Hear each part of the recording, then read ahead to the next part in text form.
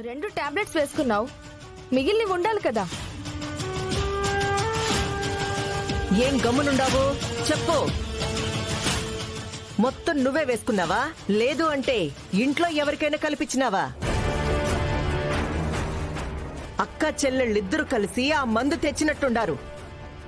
మొత్తానికి ఇద్దరు కలిసి ఇంట్లో ఏమో చేసుండారు.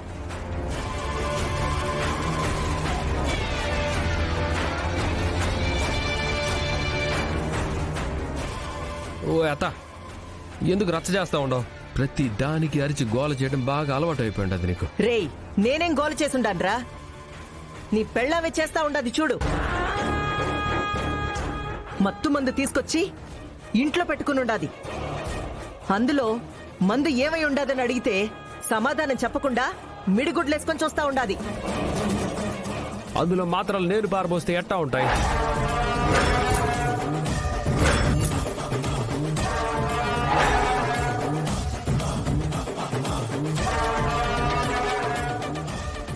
నువ్వెందుకురా పారేశావు?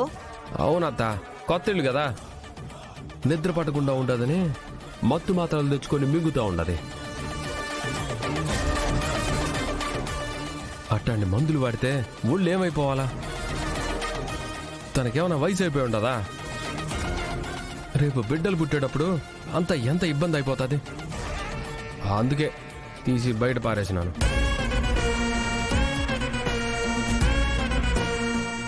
అవి పారేసినాననే నా మీద కూర్చొని ఉండదు. లేదు, భార్యను తప్పించడానికి చిరు ఏదో కట్టుకథ చెప్తున్నాడు. వాడు కట్టుకథలు చెప్తున్నాడు, నువ్వు చెప్పేది మాత్రం నిజమా? ఇంతవరకు మీరు చెప్పిన దాంట్లో ఒక్కటైనా నిజం ఉందా? వచ్చిన దగ్గర నుంచి చూస్తున్నాను, ఏదో ఒక విషయం తీసుకొస్తారు, దాని మీద రాద్ధాంతం చేస్తారు, తీరా చూస్తే ఏమీ ఉండదు. ఇంట్లో జరిగే గొడవ తప్ప. ఒక్క రోజైనా ఇంటిని ప్రశాంతంగా ఉండనివ్వరా మీరు? ఏ అన్నపూర్ణ, ఇప్పటికి ఎన్నిసార్లు వాళ్ళు దుర్గ మీదనో విజయశాంతి మీదనో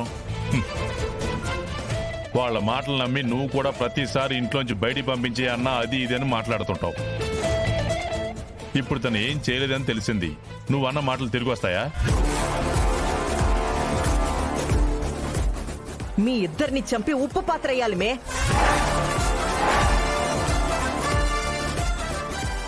మర్యాదగా వాళ్ళిద్దరికి క్షమాపణ చెప్పండి. ఇంకోసారి అలాంటి పిచ్చి పిచ్చి వేషాలు వేశారంటే మర్యాదగా ఉండదు. ఆడపిల్లలు కదా అని చూస్తూ ఊరుకుంటుంటే మీ ఇష్టానికి వచ్చినట్టు ప్రవర్తిస్తున్నారు. క్షమాపణ చెప్పండి.